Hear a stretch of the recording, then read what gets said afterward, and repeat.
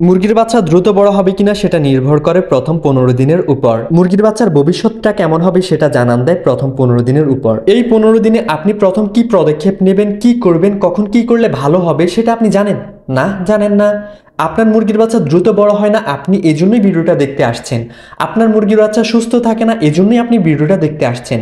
আমার এই ভিডিওটা আপনি সম্পূর্ণ দেখার পর আপনার মুরগির বাচ্চা দ্রুত বড় হবে, আপনার মুরগির বাচ্চা সুস্থ হবে, আর আপনার মুরগির বাচ্চার ভবিষ্যৎটা সুন্দর হবে। আপনি মুরগির বাচ্চাটা পালন করছেন, নিশ্চয়ই আপনার কোনো না কোনো চাহিদা আছে। হয় আপনি মাংসের জন্য পালন করছেন, না হলে ডিমের জন্য পালন করছেন।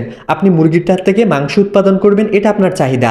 আপনি ডিমের জন্য পালন করে ডিম সংগ্রহ করবেন, এটা আপনার চাহিদা। কিন্তু আপনি যদি মুরগির চাহিদাটা পূরণ না করতে পারেন, তাহলে সে আপনাকে কিভাবে দেবে?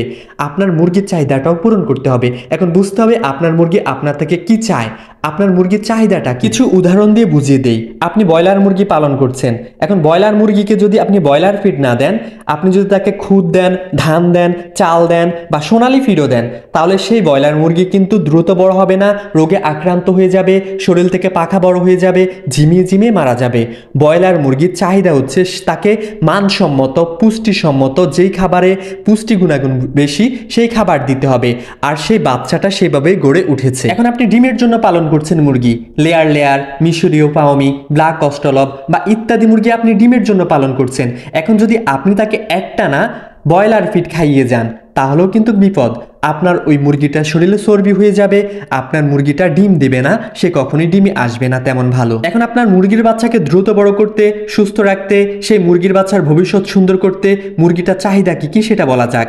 মুরগি চাই ভালো মানের খাদ্য, তাজা তাজা পানি, প্রয়োজনীয় ওষুধসমূহ, ভালো ব্রুডিং পদ্ধতি, যত্ন, ভালো লিটার ব্যবস্থাপনা, মানে মুরগি যেখানে থাকে, যেখানে আপনি আপনার মুরগিটাকে রাখছেন। আর হ্যাঁ, ভালো জাতের ভালো কোয়ালিটির মুরগির বাচ্চাও প্রয়োজন। এখন আলোচনা করা যাক মুরগির বাচ্চা থাকার জায়গা, মানে যত্নটা কিভাবে করবেন। প্রথম অবস্থা, মুরগির বাচ্চার জন্য একটা ব্রুডিং করবেন। অবশ্যই ব্রুডিংটা গোল হতে হবে। আপনি যদি 4 কোণাচ্ছা ব্রুডিং করেন বা 13 বাঁকা ব্রুডিং করেন, মুরগির বাচ্চা অসুস্থ হয়ে পড়বে, আপনার মুরগির বাচ্চা দুর্বল হয়ে পড়বে। মুরগির বাচ্চার জন্য পারফেক্ট ব্রুডিং হচ্ছে গোল ব্রুডিং। মুরগির বাচ্চার জন্য গোল ব্রুডিং করবেন। ব্রুডিং অবস্থায় আপনি কি ব্যবহার করবেন? যেটার উপর পেপার বিছাবেন, অবশ্যই নিচে ধানের চিটা ব্যবহার করবেন। কাঠের গুঁড়ো ব্রুডিংয়ে ব্যবহার করবেন না। মুরগির বাচ্চাকে 1 থেকে 10 দিন বা 15 দিন পর্যন্ত ধানের চিটার উপর পালন করবেন। তাহলে আপনার মুরগির বাচ্চা ব্রুডিং নিউমোনিয়া হওয়ার সম্ভাবনা থাকবে না, মুরগির বাচ্চা ঠান্ডা লাগবে না, রোগ প্রতিরোধ ক্ষমতা বৃদ্ধি পাবে। অবশ্যই ব্রুডিংয়ে যেই থাকার জায়গা সেটাতে ধানের চিটার উপর করবেন, তারপর ধানের চিটার উপর পেপার বিছিয়ে দেবেন। এরপর পেপার ভিজে গেলে অনেকেই পরিবর্তন করে না। যদি আপনি আপনার মুরগির বাচ্চার পেপার ভিজে গেলে পরিবর্তন না করেন, তাহলে আপনার মুরগির বাচ্চা ঠান্ডা লাগবে, ব্রুডিং নিউমোনিয়া লাগবে। আপনি মানুষ হিসেবে যেখানে ঘুমাচ্ছেন সেখানে যদি ভিজা হয়, আপনি কি সেখানে ঘুমাতে পারবেন? সেখানে কি থাকতে পারবেন? তেমনি মুরগির বাচ্চা যেখানে থাকছে, যেখানে খাচ্ছে, ঘুমাচ্ছে, সেই জায়গাটা যদি পরিষ্কার পরিচ্ছন্ন না হয়, শুকনা না হয়, তাহলেও সে থাকতে পারবে না। তাই ভিজে গেলে পেপার পরিবর্তন করে দিতে হবে। এরপর আপনার মুরগির বাচ্চা আপনার থেকে কি আশা করে? ভালো মানের খাবার, অবশ্যই ভালো কোয়ালিটির, ভালো কোম্পানির খাবার দিবেন। অনেকে এই ভুলটা করে, সরাসরি মুরগির বাচ্চাকে পাত্রের মধ্যে খাবার দিয়ে দেয়। আপনি 2 থেকে 3 দিন খাবারটা হচ্ছে পেপার উপর ছিটিয়ে ছিটিয়ে মুরগির বাচ্চাকে খাওয়াবেন। ছিটিয়ে ছিটিয়ে মুরগির বাচ্চাকে পেপার উপর খাওয়ালে মুরগির বাচ্চার গ্রোথ হরমোন বৃদ্ধি পায়, মুরগির বাচ্চা খাবারটা চিনতে পারে। যেমন মুরগির বাচ্চা যখন ডিম থেকে ফোটে বা আপনি বাজার থেকে কিনে এনেছেন, সেটা কিন্তু দুর্বল থাকে আর সঠিকভাবে খাবারও চেনে না। আপনি যদি পেপার উপর খাবারটা ছড়িয়ে ছিটিয়ে দেন, তাহলে মুরগির বাচ্চা সেখানে ঠুকরি ঠুকরি খাবার খাবে, সে বুঝতে পারবে এটা খাবার। পরবর্তীতে সে অন্য কিছুতে আর ঠোকরাবে না, সে খাবারই ঠোকরাবে। আর মুরগির বাচ্চা যদি পেপারে খাবার খায়, তাহলে পুষ্টি গুণাগুণটা বেশি পায়, এমনকি মুরগির বাচ্চা দ্রুত বড় হয়। এখন আপনি আপনার মুরগির বাচ্চাকে কয় বেলা খাবার দেবেন? অবশ্যই 4 বেলা খাবার দিতে হবে। একদিনে 24 ঘন্টা, আপনি 6 ঘন্টা পর পর মুরগির বাচ্চাকে খাবার দেবেন। আবার সারা দিনের খাবার একবারে দিয়ে রাখলে হবে না, অল্প অল্প পরিমাণে খাবার দেবেন। যে খাবারটা দিচ্ছেন সেই খাবারটা যেন 6 ঘন্টা পর শেষ হয়ে যায়, যেন আবার খাবার দিতে পারেন। আপনি 15 দিন এভাবে 4 বেলা করে খাবার দেন। এরপর 15 দিনের পর 3 বেলা করে খাবার দিতে পারেন, 3 বেলা করে পানি দিতে পারেন, সেটা আপনার মর্জি। কিন্তু আপনি যদি এই নিয়মে খাবার দেন, তাহলে আপনার মুরগির বাচ্চা দ্রুত বড় হবে, আপনার মুরগির বাচ্চা সুস্থ থাকবে, মারা যাবে না। আপনি হয়তো আমাকে প্রশ্ন করতে পারেন কি খাবার দিয়ে শুরু করব? আপনি তো বলেছেন ভালো মানের খাবার। হ্যাঁ, আমি ভালো মানের খাবার এনেছি। এখন বাজারে কিনতে পাওয়া যায় 2 ধরনের খাবার, একটা হচ্ছে ব্রয়লার ফিড আর একটা হচ্ছে সোনালী ফিড। আমি বলবো আপনি যদি মাংসের জন্য করেন তাহলে ব্রয়লার ফিডটা খাওয়াতে পারেন, আপনি যদি ডিমের জন্য করেন তাহলে সোনালী স্টার্টার ফিডটা খাওয়াবেন। এবার আলোচনা করা যাক পানি, মানুষ বলেন প্রাণী বলেন, পানির অপর নাম হচ্ছে জীবন। আপনি যদি আপনার মুরগির বাচ্চাকে তাজা তাজা পানি না দেন, সে তেমন একটা পানি খাবে না। আপনি যদি সারাদিনের পানি একবারে দিয়ে রাখেন, মুরগি কিন্তু পানি একবার খাবে, দুইবার খাবে, পানি ঠিক মতো খাবেই না।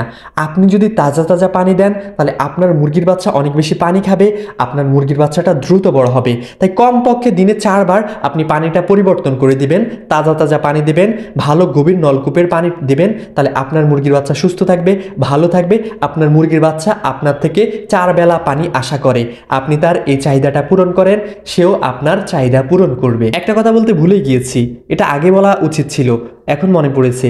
মুরগির বাচ্চার যে তাপ, প্রথম ব্রুডিং চলাকালীন আপনি যে তাপটা দেবেন সেটা অবশ্যই অ্যাকুরেট তাপ দেওয়ার চেষ্টা করবেন। কিভাবে তাপটা অ্যাকুরেট হচ্ছে সেটা আমি বুঝিয়ে দিচ্ছি। যখন আপনি লাল লাইটের তাপ দিবেন, মুরগির বাচ্চা যদি লাল লাইটের নিচে সে গাদাগাদি করে, তাহলে বুঝবেন তাপটা কম হচ্ছে। যদি দেখেন যে সাইডে চাপতেছে, লাল লাইটের উপর বা নিচে কেউ আসতেছে না, তাহলে বুঝবেন আপনার তাপটা বেশি হচ্ছে।